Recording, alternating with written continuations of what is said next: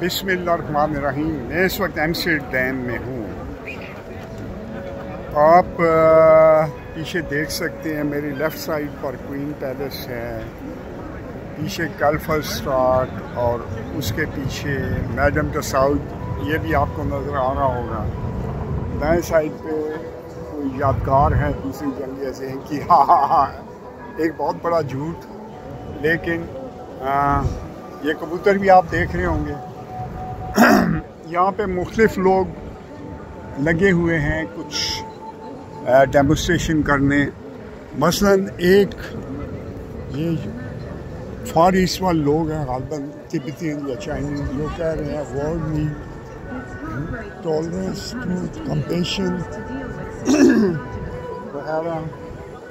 तो इसको ये बात भी सच है। दूसरी तरफ किसी मुल्क के ख़िलाफ़ हो रहा है मुजाहरा, शायद फ़लस्तीन के हक़ में हो रहा होगा। तो इसके बाद आप देखें तो काफ़ी रौनक है, बड़े खुशबाश लोग हैं। हम भी इनसे कुछ सीख सकते हैं। क्या सीख सकते हैं कि ये बिल्कुल छोटा मुल्क है, ना इनके पास कोई वसाइल हैं, और बड़ा महंगा निज़ाम है, लेकिन ये मैनेजमेंट की वजह से इसे कामयाबी से चला रहे हैं। हमारे पास इससे 20 गुना 30 गुना ज़्यादा वसाइल मौजूद हैं पर कैपिटल जो पर्सन है, अगर आप उसको चेक करें तो।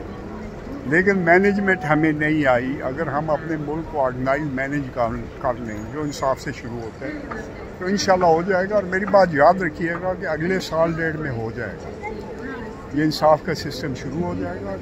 पहले एक बार शुरू हुआ तो उसे रोक दिया गया। तो अब देखते हैं कि ये अगला सिस्टम जो अनकरीब शुरू होने वाला है, अभी जो चक्की चलने वाली है, उसमें क्या होगा।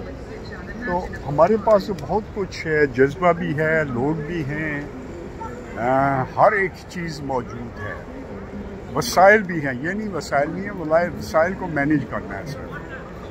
तो इन लोगों से बहरहाल आप ये ज़रूर सीखें कि खुश रहना सीखें, एक दूसरे पर बेजा दबाव मत डालें।